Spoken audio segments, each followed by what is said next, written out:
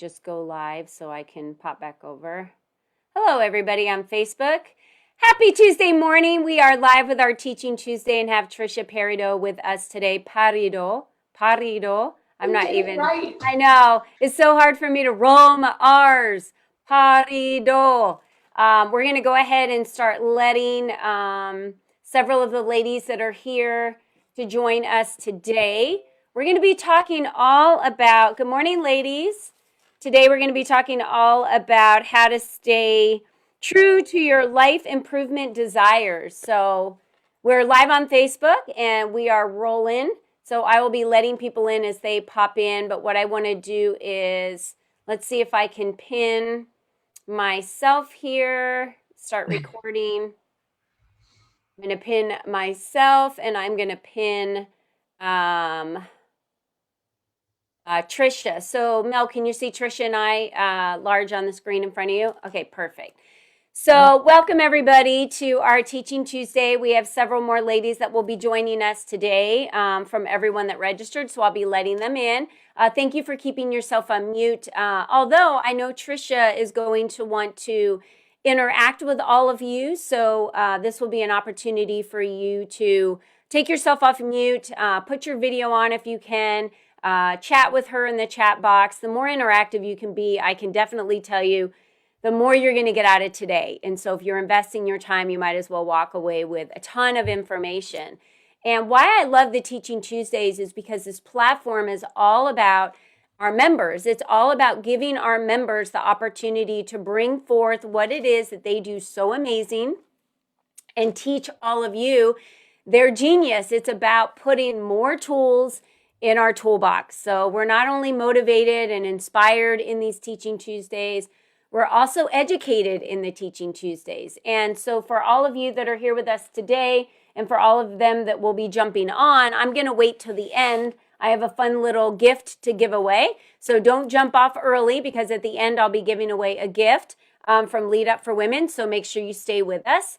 And I'll be dropping the link in the bottom too for any of you that are interested in not only signing up for our next Teaching Tuesday, but if you're interested in teaching one of these and want to check out all the spotlights that Lead Up for Women has to offer you, if you're not a member, I'll put that link in there as well, because we have tons of spotlights for you to step in and expand your influence, which actually attracts more clients. That's what we're all about, is growing your business.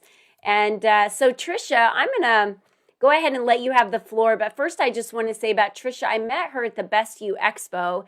And what I love about Tricia is she just jumps right in with both feet, you know. I think there might have been a time in her life where she was a little bit more hesitant and didn't feel the way she feels today. But who she is today and the way she presents herself today and the confidence that she has today, it's something that's, you know, that's I strive after. It's palatable to everyone, right?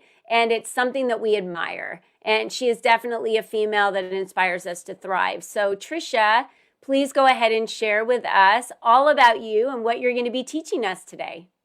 Wow. Thank you so much. Because, wow, that was an amazing introduction and a kind statement. I'm a little, It's all I'm a little true. touched. I'm a little touched, but you know, you're right. I did, went through a pretty significant, actually, never mind. Most of my life, I approached my days feeling like my thoughts, my feelings, my emotions, my opinions, my beliefs, I could go on and on and on, weren't seen as valued or valid. And I felt very dismissed. And so, you know, this has been an amazing 8-year transformation. I've been in a journey for about 25 years, but the last 8, I truly came into myself and realized, wow, I can change this. I get to choose. This is my life too. It gets to look, feel, be however I want it to. And so now, you know what? All those things that people used to say, oh, don't be so you, basically, is what they were telling me. And I walk around life and I just embrace it. And I am whatever I am in that moment. And Colleen, you know that, like, we got on here and I was like, ooh, I need a minute, right? Like, and I went and grabbed my vitamin C chews and got a little, natural sugars going, and, and it's okay. It's okay to be where you are. But anyway, who am I? I am, you know what? I'm a recovery lifestyle enthusiast. I'm a mindset changer. I'm an effective life skill breather. And I'm a fierce optimist, right? Just to keep it, super simple. But if we get down to probably what you want to know is why am I an authority on anything? I am a master addictions coach with a BS in psychology that's highly focused on behavior. And you know what? I've walked every corner of recovery. In a sense that most of you won't think of when you hear the word recovery. So, I've been on, again, this amazing 8-year-long journey creating a level of emotional intelligence through my internal drive. And it's just been amazing. Anyway, I'm also the proud owner of Turning Leaves, recovery, life, and wellness coaching. I guess I should put that in there. Yeah, so that's Tricia. That's why we love Tricia. And she offers so much for us. We can make choices in our lives and make decisions, and we can decide we want to change something in our lives. But the problem I think we struggle with the most is the support to be consistent with that, right, Tricia? So that's why I love that you talk about we can live the life that we desire. But there's this accountability piece that goes with that. So talk a little bit about, how you're working with your clients and what you're here to present with us today. Okay, so I work with my clients in several different levels, shapes, and forms because it depends upon what they present with. Of course, there is a very proven to be effective system, but I have to know the why they're there, the what is causing the struggle, the what it is they're desiring, and where they want to end up, so that I can help them add, edit, delete, make the system and the processes their own and applicable in their own life, so that we can really create the how they're going to get there. So anyway, it's not, the outcomes are not the same for any two people. And I find that that's, one of the issues that we have with, you get a self-help book, you read it, and only that guru isn't there to teach you, how it might apply to you. It's how it worked for them, or how it's worked consistently for whatever test or case study that they have chosen to illustrate. And so what we find is we have this issue, because we're trying to fit our life into the method or the modality that somebody else has had success with, instead of fitting the method into your life, right? Which means add, edit, delete, which is a whole different topic. It's a whole different conversation. It's a whole different Teaching Tuesday that we can have. If everybody's interested enough, or I don't know, maybe we'll just book it, right? Because it's actually one of the talks I did at the Best You Expo, because it's super important that we know how to add, edit, delete, and make things our own. How do I need to adjust this, right? So I'm just going to jump right in here and start with this interacting, because I want to see people, and I'm not going to make you turn on your camera and raise your hand or all of that kind of fun stuff unless you want to, because as you can tell, I'm very open, transparent. But in the chat, anybody here ever wonder why they have to go on a diet 3 times a year? No? Okay. How about renew your vow to go to the gym every 6 weeks? Or some other form of that. How about a shopping sabbatical? Ever wonder why you have to do that? Forming habits. Yes. Swear off alcohol, only to take it back up again. Anybody swear off alcohol? Right? Like we all do. We have that big wing ding shindig, whatever weekend from girls' weekend. Come on. Anybody ever come home and say, I'm never drinking again? Sure. 100%. So, but seriously, I said, I think of recovery in a non-traditional way. So let's talk about that. Addiction and recovery. What vision comes to mind when you hear the words addiction and recovery? You can pop something in the chat.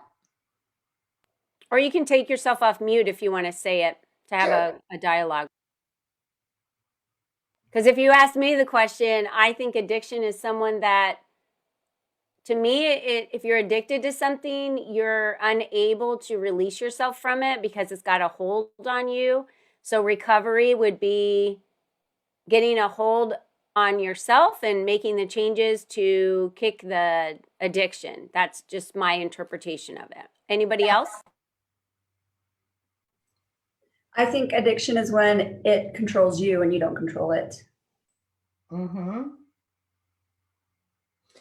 So yes and yes and yes, right? But and something that I think is really cool is that nobody said anything about it being just chemical substances. And nobody said anything about it being the down, the out, and the ill, because that's what society thinks when they hear addiction and recovery. They think, I'm not functioning, I'm not, or whoever it is, the down, the ill, they're not functioning, they're sitting on the couch, or they're not getting out of bed, or they're not going to work, and they're not being a productive member of society. And then the recovery piece is they got to pack up and leave their house, their environment, or whatever for a significant period of time. Momentary pleasure, then regret. Yes. I've told my kids, you can be addicted to anything, TV shows, people, activities. Like if it's getting in the way of things you want, like you're like, I have to do this, I can't do what I want, I have to do this. You've got a problem and you need to figure out why is it that you're having to do this thing or needing it so much that you can't go out with friends, or you can't put it down, or you can't get your homework done. There's something between you and what you need to do or what you want to do. That's an addiction, and I don't care what it is. Absolutely. And you didn't even have to go to 5.5 years of school to find that out. That's awesome, right? But that's not the general population. So for me, addiction and recovery is absolutely that. Those things outside of myself that I rely on to bring me peace, joy, comfort, relief, or whatever, right? If we're relying on something outside of ourselves, we are in an external locus of control. So, and that means we aren't utilizing our level of emotional intelligence, or we don't know what we don't know that we need to know on how to create the level of emotional intelligence we need. And so we keep this cycle. But let's go back to, because the topic today is, why do we get complacent? We know when we need to start, we know when we need to give something up, right? I'm not eating refined sugars. I'm not eating brownies. I'm not eating flour. I'm not eating pasta. I'm gonna, I don't know, I'm gonna lose 30 pounds. I'm gonna go to the gym. I'm gonna get fit. I'm gonna all of these things. And we start, and what do we do? So here's a really good vision of also somebody that has addiction type issues, right? Those control mechanisms. It's because you're all or nothing thinking. I've got to be all into this gym thing, or if I miss a week, I'm now all out, and it's going to take me a long time to get back into it, right? Because then it's like, oh, I missed last week. Oh, I've got to do this, but all of these other things are getting in the way. I need to start back up. I need to start back up. And now we have that conversation for a whole month before we start back up. And sometimes it's even longer, right? So it's the second I'm not all in for whatever it is, the diet, the exercise, shopping. Who goes to who goes to the store for 3 things and comes out with 25 that you didn't need or weren't on the list? Ha! I like the laughter and the hands raising. Yes. Yes, yes. This is a problem. This is an issue, because then you get home and you're like, maybe it sounds like this, because it did for me. How am I going to get this in the house without anybody noticing? What purpose can I attach to them? Right? Why did I get these? They weren't on me. They weren't on the list. They weren't whatever. Or maybe we even hide them in the closet, right? I did that for a long time, right? My husband traveled a lot. So I would go shopping. I'd buy a bunch of stuff, and then I'd come home, and a lot of times I'd leave the tags on because I'd be staging or redecorating something. And, I got real good at taking it back because he's like, well, you didn't need to do that. We didn't need all that stuff. But I had fun doing it. So, but I'd have to take it back, or I would put all the clothes that I bought in the back of the closet, and I'd hang them and I'd wear them and I'd wash them before I would wear them around him, because I just, then that way I could say, oh, I've had this for a while. I've had this for a while. Oh, you've seen this before, right? Because I had a shopping issue, a really bad one with shoes. Like I literally had to cut myself off for a couple of years of buying shoes. But anyway, so we are looking for something outside of ourselves, especially in this case, to help us feel better. Only we don't know that that's what we're doing. So alcohol. Who here will say, oh, I'm celebrating a promotion. Let's all go out for dinner and drinks. Anybody celebrate with alcohol? Yeah? Okay, so I have some news for you. Alcohol is not what's making it more fun. Alcohol is actually a depressant. The only thing that's giving you that euphoria feeling is the sugar. So anyway, but also so all of these things that I'm talking about, the whole reason why we're all or nothing, or we lean into or we pull back from, is all an emotional attachment. Okay, so we're attaching an emotion to the action. So I need to celebrate. I'm going to drink. I'm feeling sad or disappointed. I'm going to sit on the couch and mow down on the ice cream, the brownies, the chips, the whatever, and binge watch Netflix. Emotional attachments, right? I'm feeling, let's think of a really good one. I'm feeling less than. I'm feeling unseeable. I'm feeling unlovable. I'm going to the gym. Right? I'm all in. Emotional attachment. It's going to feed me. It's going to give me what I need. Now, none of these, okay, well, the alcohol and the overindulgence in food, not an appropriate behavior. But if we look at that attachment, that emotion, and we say, how can I adjust this? How can I make it appropriate? Now we have some hope, okay? Because going to the gym or exercising is obviously healthy. I'm not by any way, shape, or means saying don't, if it's going to help you have more confidence, if it's going to help your physical body pain, or whatever it is, whatever it's serving for you is completely fine, unless of course it's body dysmorphia, which we need to be able to identify. I battled with this for quite some time.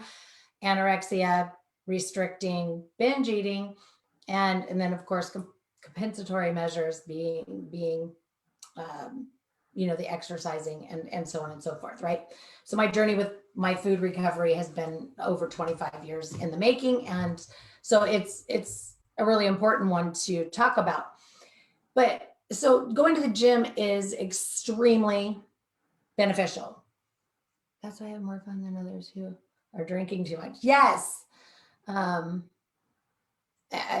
want to be able to read these, and I promise I will take a little pause. But anyway, we want to be able to say, okay, in my life balance, in my health, a subcategory of my health section in my life balance is the physical health.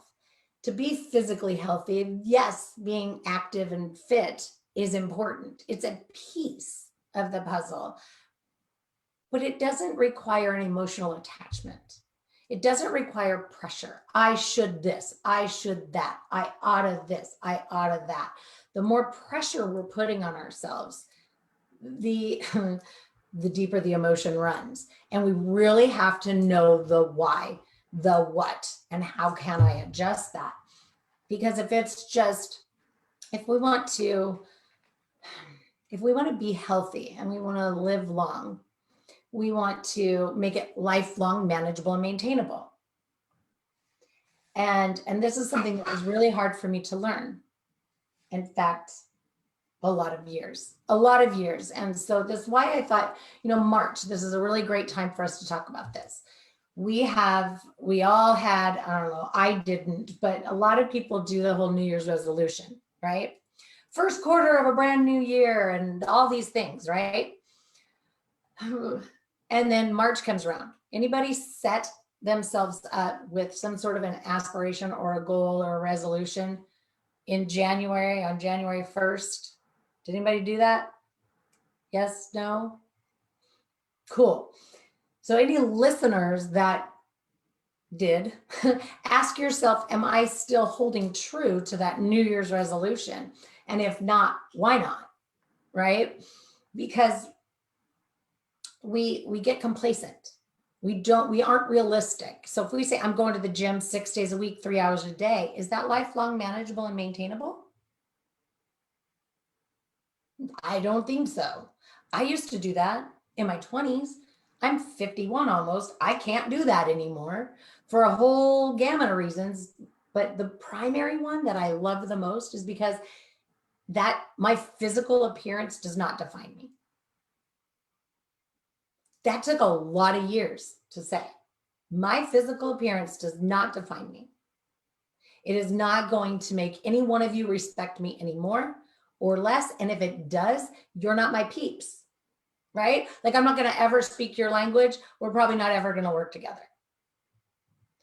But, and that might sound kind of rough, but it's true. Because, and I remember for a lot of years being discounted, discredited, because I was a young business entrepreneur professional in a predominantly male industry. And I had a hard time getting respect. And so I was always putting on a costume, and what I call it, right? Because I'm a jeans and a t-shirt kind of girl. I don't even have shoes on right now, right? Like, meh, but so we have to look at, what does that message need to be? And what is that emotional attachment to whatever the action is for me? So if I'm going to the grocery store and I'm buying the brownies and I'm eating them on the way home, like, that's an issue. That's an emotional attachment. Why? Why is it that, I needed to eat that whole thing on the way home so nobody would know? Why am I hiding it? What's going on? So I digress. Back to that relying on things outside of ourselves to bring us peace, joy, comfort, and relief. Yeah. So who thinks of their body as a temple? Yay. Yay. Yay. Awesome. That's awesome. So that means that you think of things this way. So if we turn 16, this is one of my favorite analogies. If we turn 16 and we're given our first car, and we are told everybody on the planet only gets one car in their entire lifetime, how are you going to treat that vehicle? Are you going to put latex paint in the gas tank? What about sugar in the windshield wiper thing? We're gonna make sure that we rotate the tires, right? The feet of the car are healthy. We're gonna make sure that it has antifreeze and all of these other things, right? We're probably gonna wash it and keep it clean, and so on and so forth. But so it's easy for us to go, oh, I gotta take my car in for an oil change. I gotta rotate my tires, and I gotta these things, or just go buy a new one. Well, our body is guaranteed 100% to be the only vessel we're ever gonna have. It's the only one we're ever gonna get, and we don't get a second chance. So why do we all or nothing it? Think about, and you can Google this because I don't want to spend a lot of time on it, but like actors like Tom Hanks, the health issues that he has because he has to put on weight and drastically lose weight, put on weight, drastically lose weight. And I encourage you to read about that, because he's been open about, some of his health issues over the years, about how taxing that is on his body. And it is. So why don't we look at food for exactly what it is? Fuel. So this is how we become not complacent with our life journey. If you haven't gotten it, right? We have to look at how do I fuel myself? How am I keeping myself fit physically, emotionally, and spiritually? And what are the emotional attachments that I'm placing on whatever this outside of me thing is? And why am I not in the driver's seat? So if you didn't write that down, go back and rewatch this later and write that down, because it's truly important. So when we have a relationship with food, when there's an emotional attachment with food, that's inappropriate. Food is simply the fuel that makes our bodies work. That's it. Sure, it's okay to enjoy your food. It's okay to like it. It's okay to get pleasure from it, but you cannot have an emotional attachment. We simply have to eat what works well for our body, which is another thing. So Whole30, right? Like if we're not using that appropriately the way that it's meant to be used, and we're not paying attention to how it actually works for us, and we're wondering why. I have clients that I'm doing the Whole30 again. Why again? Like if it worked well for you the first time and you set up a lifelong manageable, maintainable system afterwards, you don't have to revisit. It's this all or nothing, in and out, right? So we want to sit down and we want to observe and log and pay attention to what works well, why, and how can I capitalize on this going forward to make it lifelong manageable and maintainable. Same with alcohol. I'm not telling you guys you need to quit drinking just because I'm sober and I don't drink alcohol and I don't use controlled substances, and everything I do is organic and for the most part very natural and close to earth as I possibly can get. That's what serves me. They have multiple autoimmune diseases and have to just heal it and keep it healthy and lubed well and working right. And that's what works for me. That's what serves me. But so if we're looking at those relationships with our diets, a diet culture, right? Why not just have a relationship with food that works appropriately for your body? Why not have a standard dietary practice? Why not have a relationship with your body that allows it to be physically active at the level that brings you peace, joy, and invigoration without having that emotional attachment? Like, I don't want to go to the gym today. Like it's okay. Like we don't have to put those pressure should statements in there. Shopping. How about looking at, having some self-reliant, self-control in that, like, what is it that I feel like this purchase is going to bring me? And then just really looking at, like, I need to find appropriate rewards, right? So if I'm giving myself an acknowledgement, I'm patting myself on the back, I want to give myself a good reward. And that's fine. And if it's monetary, that's fine, but you have to know it, and then you have to own it, and you have to, be cool about it. And so on and so forth. I think you guys all get it, right? So how do we do this? How do we truly do this? Is anybody ready? Because I know time will run out, and if we want to have time to chit chat, because I know Colleen, she always has questions for me anyway. Number one, we have to become, well, okay, so let me give it a title before we go into number one. Never mind. Number one is be mindful and willing.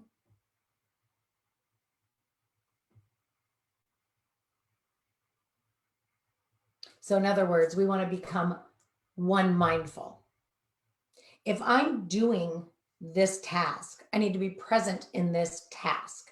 right? Because if I'm going to be observing myself so that I can identify places where I can actually increase and improve and grow my level of emotional intelligence, right? Because this is all we're talking about is our EQ. We all want to have the highest level of EQ. So I have to be one, mindful. So this means and Colleen talks about this a lot, right? Like your daily routine. I use time block systems. I don't even know what I have after this. Let's just put it that way. My calendar tells me what to do. I'm 100% present right here with you guys, giving you me an 100% transparent, I'm actually just very in this very organic space, right? No pre-planned speech, no anything, right? Like just here I am. I don't know what's next. So I am very present in every hour. In fact, I've found that when I go out with my friends, like some internal clock goes off, it's been an hour, I gotta go. There must be something next, right? Like, so you have to be one, mindful. So if I'm shopping, I've got to be focused on shopping, get centered and grounded, focus on, if you know the layout of the store, like even get a visual, whatever it is, to make sure you have your filtrating boundary system in place, get in touch with your limits and limitations, which for people that don't know me, limits and limitations are what y'all know as boundaries, and boundaries is a completely different thing altogether in my system, in my practice. So you want to have all of these things, and then you have your list and you're like, da, da, da, and I'm very focused. I know I need to be on this aisle, that aisle, and this aisle. Now I'm going to be, I know I don't need baked goods. I know I don't need alcohol. I'm not even going to go down those aisles because I don't need to. It's not on my list. There's not going to be any, oh, those look super yummy. Oh, I need this for that, or that looks really yummy. I think I'm going to cook that tonight. We are focused. We know what we're going for. We're going in. We're going to where we, what we know, and then we're coming out. We're putting it in the car, and then maybe, okay, what's my next stop? Am I going home and unloading? And then I need to know maybe what's next after that. But we have to be one, mindful when we're driving our car. I promise you will see so many landmarks that you never noticed if you are just present with driving your vehicle and going from where you are, from A to B, B to C. I'm just driving. I'm just going from here to there, right? And there's more to the internal locus of control with regard to road rage that we can talk about as well. Any other time you want to talk about how derailing your external environment is for you and how judgy you might get. And that's a whole different one, right? Like that's learning how to operate from the stance of a learner instead of a stance of a judger. Number 2, internally driven, which I just brought up. So we have to be internally driven. What is my purpose? What am I doing? How is it serving me today? Am I putting myself in first position? Because if we're not living for ourselves first, and we're not being mindful of what is on our list when all of the external environment noise comes in, what are we going to do first? And I know you moms are going to raise your hand. How many of you drop everything that you had planned to do that day because your kid forgot their lunch? Your daughter-in-law needed help with shopping for something for their new house. Your sister called and said, I need you, whatever, right? We let go of our needs first before saying, I absolutely want to help you with that. My day is booked. I really don't have space for that today. I have time on, Wednesday or Thursday at 2:00. Does that work for you?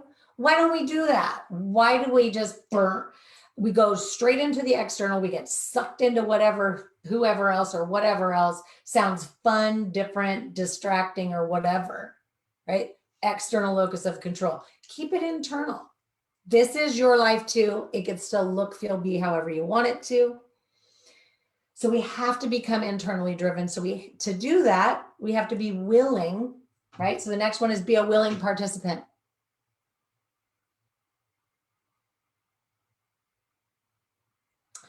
So to be a willing participant, that means we have to be willing to look at our relationships. We have to be willing to look at how we hear, how we see, how we experience, how we feel everything. Because if I don't have my cell phone because, it could be distracting. So I like to put it away, which is, another side tip. During the day, don't open your social media. If you've got things on your calendar to do, why is your social media open? Why are there notifications going off? That's a distraction. It's an external suck you in. And I've had people say, like, wow, like you're coming up on my show or whatever, you're next and you're not answering your messages. I'm like, you have my phone number, text me or email me. Like, I don't leave social media open. But anyway, so if somebody's sending you a text and it says, I can't believe you did that. You have choices here, right?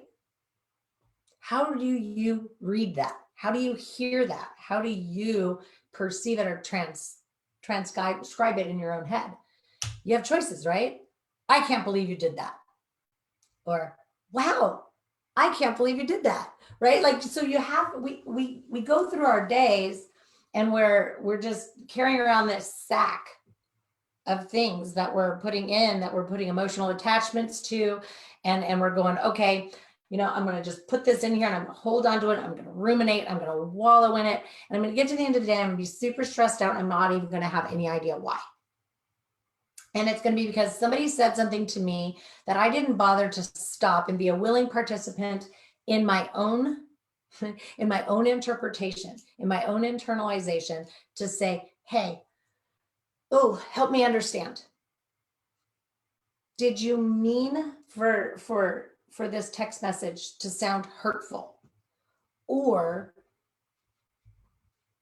can I read it with a positive, supportive inflection, right? Like, and that might not be the best example, but I think, we're all pretty intelligent. We can kind of like, and feel free to ask me for a different example.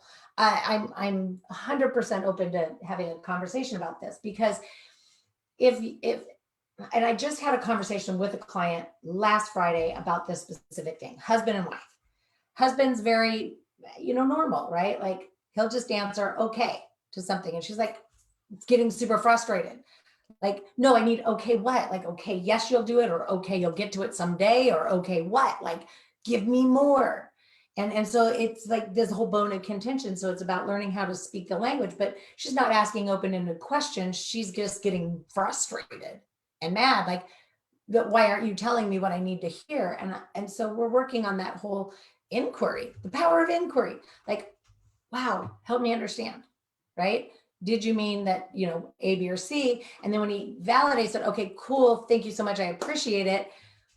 In the future, would you mind just, I need more, right? So you got to communicate. You got to be a willing participant. And this goes for the conversations you have with yourself, which is my favorite place to start. You always have to start with yourself. No change, to include social change, is going to happen if you don't start inside yourself. If you sit there and you're saying, racism drives me crazy, or any of these other world things that are going on, if you're saying that this is making you crazy and you're incensed and you're pissed off at all of the other people out there in the world, in the environment, but you're not starting in home, right, inside yourself, to make, and the racism might not be the best example either, but if you're not sitting there and saying, okay, I'm going to be mindful, I'm going to be mindful, and I'm going to be internally driven, I'm going to be a willing participant, and I'm going to make sure I'm living for myself first, and that everything that I exude is whatever my social change desire to see in the world is. That way, everybody in my environment is experiencing me that way. So I'm leading by good example, which means all this change is happening within my home. I'm not raising children without the level of emotional intelligence to know that this world should be an all-inclusive world that does nothing but love and support one another, collaboration over competition, whatever, right? And then out in my environment, it's bleeding out. So we all have to start at home.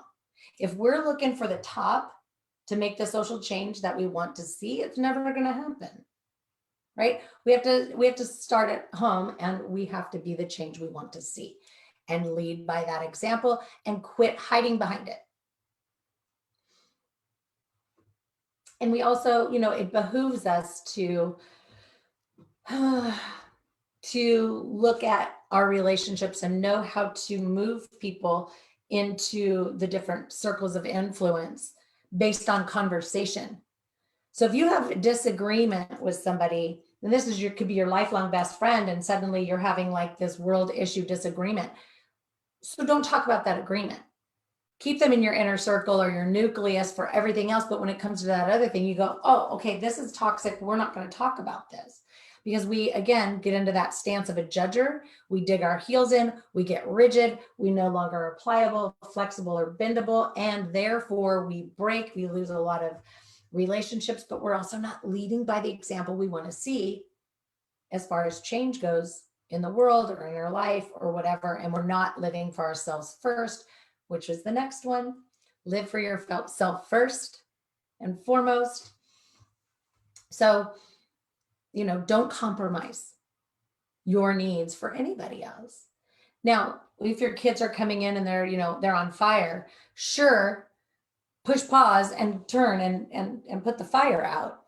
But sometimes we can teach our children, because, okay, something they don't teach in school, that's why none of us know this, is impulse control, the difference between impulse and knee-jerk reactivity, distress tolerance, appropriate self-soothing tactics, and emotion regulation. We need to lead by that with our kids. So when they're coming in, mom, mom, mom, mom, mom, I need, and you're in the middle of a show or you're presenting or you're whatever, it needs to be very calm. Like, are you on fire right now? Do you need my immediate attention? Is it urgent? Or can you wait until, wait 10 minutes till I finish this, because I really want to give you my full attention. We have to articulate it. We can't just go, get out, or blah, blah, blah, whatever, that knee-jerk, reactive, impulsive, limbic system, not in my frontal lobe, present, being one mindful and internally driven type of answer. We really got to be looking at that, because we do that in our life. We have conversations. We just, and then somebody says, well, what did you guys talk about? I don't know. Autopilot. Like, we don't know. We're not even being purposeful in our casual conversations, which is a shame. So 9:40, how am I doing? Last one, make it lifelong, manageable, and maintainable.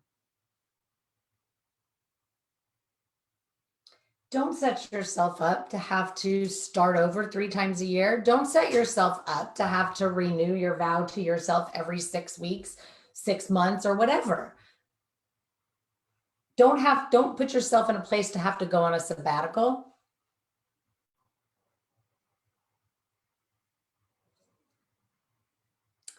If we allow ourselves to dream about what we desire to attain, we are more apt to put together an appropriate plan of action to get to attainment. And if we have attainment with lifelong, manageable, and maintainability in mind, then it's going to be effective. We've got to start operating from a place of doing what works and being effective. So how do I help my clients make it lifelong, manageable, and maintainable? We have some very, very specific systems, and we also have complacency check-ins, et cetera, especially for, the varying different, addictions, because post-acute withdrawal lasts for 2 years. If you have, just to throw a little addiction stuff in there, if you ever wonder why somebody relapses every 6, 9, 12, or even, 18 months, post-acute withdrawal. Guarantee it 100%, because you'll say, oh, they started getting super emotional, a lot of derailing things happened in their life, yada, yada. Post-acute withdrawal is irritability, agitation, variable mood swings, variable energy, right? Anxiety. It's basically PMS on crack. And I teach this first and foremost when somebody comes to me, because sugar is in there, right? You're gonna have post-acute withdrawal. In fact, sugar addiction or sugar detox is worse than alcohol detox as a general rule, depending upon, of course, levels of severity, right? But post-acute withdrawal is a real thing. And so if you know that I'm being highly reactive on this day because of, and you just call it post-acute withdrawal, whether it is or it isn't, like, you're safe, because you're going to now put your, you're going to put your skill sets and tactics in place. But anyway, lifelong, manageable, and maintainable. Set up every day with an intention. Start it off with whatever's going to put you in the headspace that you need. Create a good plan, a good system, whatever it is, and check in regularly. Right here, right now, in this moment, I feel irritated, agitated, annoyed, frustrated, I don't know, inspired, intrigued, elated, right? Like I hope you guys are more in that space right now. What's driving that in this moment, right? Ask yourself, what's driving this, whatever that feeling is. Use good adjectives. You are no longer allowed to say good when somebody asks you how you are. Good. What's that? Fine. The broadest definition word ever. I'm fine. What does that mean? That like could be a rare stone, or that could be like the thinnest piece of hair that's going to break if you blow on it. Like, fine. I'm fine. What's that? Get better with your descriptive words. If you are going around saying, oh, my life is so crazy right now, your life is going to be crazy right now. Pick a better word. Is it what I truly mean? And what's driving it? That's that internal, right? Like, what is truly driving it? And don't point at somebody else. Don't point at something that happened outside of you. That's just an external locus of control. Look inside. Why am I interpreting it? Why is my perception the way that it is? How much of this am I attaching to the past bag full of cradola that I decide to carry around with me every day to keep me weighed down and held back? Or the future trip and anxiety, like tomorrow ain't here yet. Quit worrying about it, right? Future trip and anxiety. If I could just be present, right? So what's driving it? How can I, if it's good, how can I capitalize on it? How can I use this in other areas of my life? How can I, use it all the time? Or what do I need to do to make it better? Do I have examples of other things that have gone well for me? What is it? And if it's just completely not working, how do I allow myself to just put it in the metaphoric trash can? And I'm sorry, my clients all have this metaphoric shelving system, and I do this all the time, and we're throwing things away. And so I'm German, Irish, Scottish, Sicilian. I talk with my hands. Anyway, but very visual. So then we go, okay, great. Now I've checked in with myself. So now when I get to the end of the day, if I'm checking in with myself every 2 hours and I'm doing this core non-physical feeling check-in, I'm not carrying baggage with me, because I'm giving it the attention it deserves. I'm being present. I'm being one mindful. I'm being a willing participant in my life. I'm closing things up. I'm asking for inquiry. I'm not in the stance of a judger. I'm in the stance of a learner. And now I get to go, whew. So when I get to the end of the day, I walk in after a long day of work. This is what I give to my husbands all the time. Like, before you come inside, man, you better do your core non-physical, package it all up, because your family doesn't need it. They weren't contributing to your stress during the day. Leave it there. If you and your wife want to chat later, that's great, fine and dandy, but you better greet them all with open arms, sit down, have dinner, whatever. It doesn't matter what's on the floor, man, just bend over, pick it up while you're smiling and throw it at the base of the stairs, right? Like, we let all this external stuff dictate how we think, feel in the moment, and we get to choose. I get to choose if I'm pissed off about the clutter around the house, or I can just go, whatever. Like, it's not that big of a deal, guys. When we get home from work, we don't have to clean the house. We can schedule a time with ourselves, put a time block in there. Sunday afternoons, I do laundry, and I set up my calendar for the week. Like, that's my time block. That's what I do on Sunday afternoons. Right? So, and then at the end of the day, we do what we call our night hygiene. And so, that's very, very similar to the core non-physical feeling check-in, with the respect that it's at the end of the day, I'm going to, again, acknowledge what went well today, why, right? What didn't, in all of those things, right? But that's closing up your day. And some people, I do my night hygiene at 7:30. As soon as I'm done with dinner, I go do and sometimes I do it beforehand if I feel like I need to be really present with my husband, whatever it is. I close up my day. I don't walk out of my office with things still open and on. Like, close it.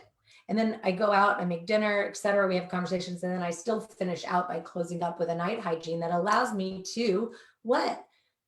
Shut off the noise and just relax, kick my feet up. I literally, my husband hangs out in the living room and I hang out in the bedroom. And I just kind of have that mindless hour of quiet. So we have to make it, we have to have a system, we have to have a process. It has to be bendable, pliable, flexible. We have to have that level of resilience in there that, it's like, okay, well, I got to add, edit, delete, make it my own. I got to move things around. I have to be willing to let life happen, right? Things happen, but I also have to be a willing participant. Case in point, last one, but it's a pretty big one, right? Like, I had a client that just recently, her father was going through his journey of leaving this planet. And there was a lot of past trauma. And so we did a lot of work at closing that up and really looking at, how do I want to have an effective journey with my dad? How do I want to have this final period of time with him? Right? So we were able to make it productive and proactive for a healthier end of life journey and closure, so that they didn't part with any animosity, any turmoil. Anyway, so we can do this with anything. We just have to be a willing participant. And I would love to hear from anybody other than me. That was awesome.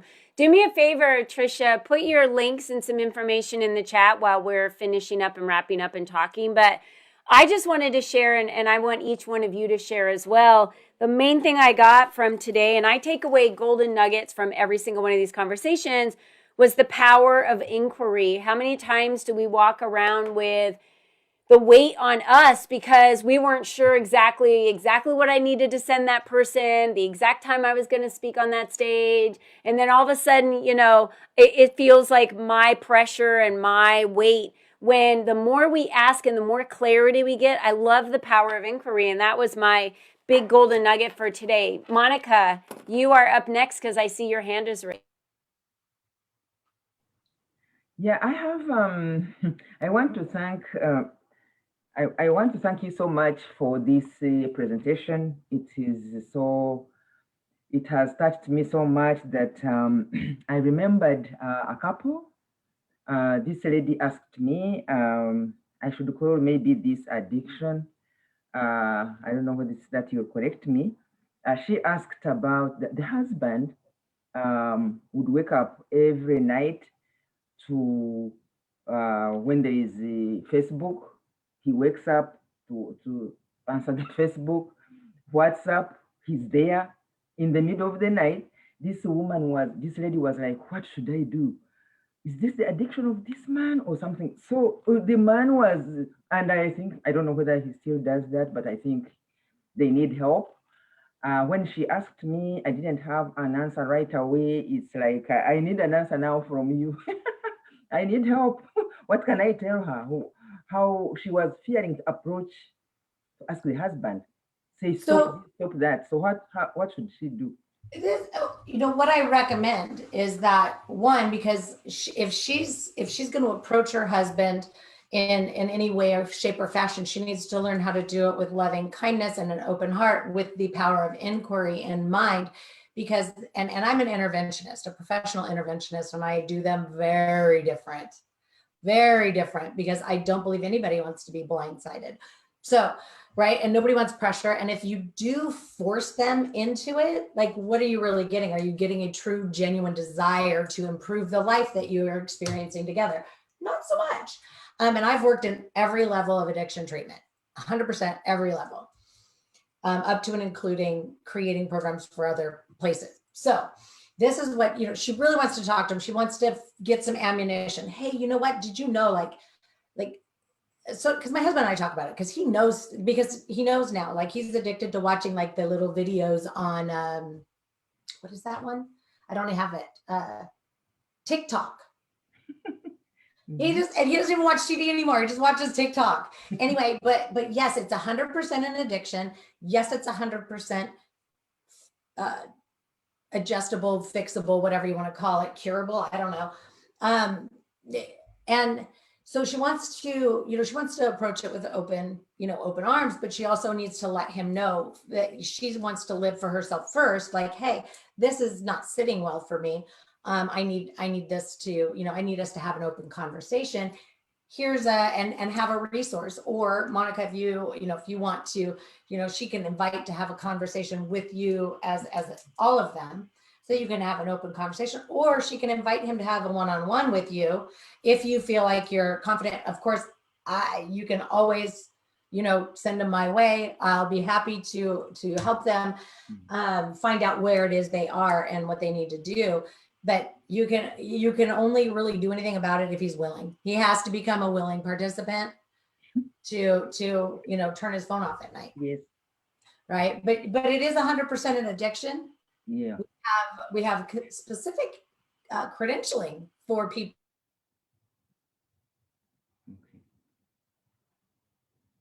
Okay. Uh-oh, I think we just lost Tricia.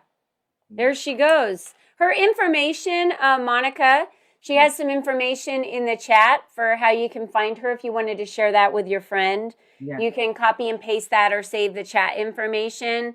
That information is in there. Okay, we lost you, Tricia, for a minute there, so I just started talking. That's okay. I'm back. I don't know what happened. I was telling Monica that she could share the information with her friend. We're down to like the last 5 minutes, so we really only have about a minute or two. Tricia shared her information in the chat for you to be able to reach out to her. Did anyone else want to unmute or have a question that they wanted to ask or drop in the chat?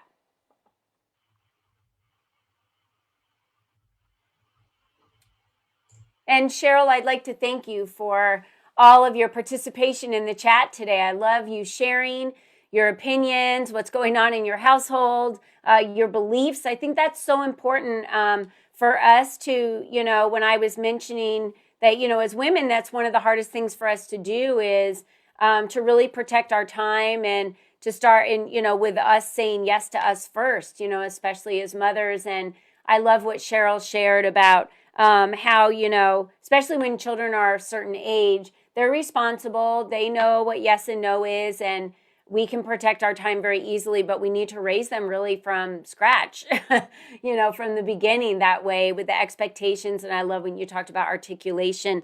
So Tricia, thank you so much for everything you shared today. Thank you so much for being here with us and for being part of what we're doing today. And ladies, I wanted to let you know that the Teaching Tuesday for next Tuesday is Shaquana Hughes. She's going to be speaking to us all about systems and processes for sustainability. So you're definitely going to want to be present for that one. She's going to have a lot to teach us on systems and processes. And you know me, coming from corporate, I'm all about systems and processes and procedures and how it is what assists me in running all the businesses that I do throughout the day. So join us for that one. I put the registration link in the chat for you to sign up for that one. And also don't forget, on April 1st, we have our Lunch and Learn. I did not put the link in there for that one, but I will quickly. If you are a member of Lead Up for Women and you want to attend the April 1st Lunch and Learn, all you have to do is use the code MEMBER LNL, and that gets you registration to the Lunch and Learn for free. So you would use the code MEMBER LNL. I'm putting it at right now, and that means you need to invite a friend. Okay, so we want you to invite a friend. If you have a friend, the code that you would use is GUEST LNL. So you would use the code GUEST LNL. That will get them a free registration to the next Lunch and Learn, which is on April 1st. I wanted to make sure you were all aware of that. That's a networking opportunity for you guys. So I definitely want you all to show up and get there to share your knowledge, who you are, connect with other women. That's the fun part of networking. It's not all about selling yourself or trying to get a client. It's just about meeting some new friends and connecting with some other women. So we hope you will join us for that as well. Thank you, ladies, so much for being with us today. I just gave you back a minute and a half of your day. So enjoy the rest of your week and enjoy the rest of Women's History Month as we continue to celebrate women and celebrate all of you for the contribution you bring to this world. So thank you so much, ladies. Really quick, Have a wonderful week. download your free gift. Oh, yeah. Download your free gift in the chat. Yeah, it's in there. Great. So if you guys want to save the chat, you can click on the link, or you can click on the 3 little dots and click save chat in the box below. So I'll give you guys a second to snag that, and then we will wrap up today. Everyone's jumping off. Here we go. All right, ladies, have a wonderful rest of your week. Bye-bye now.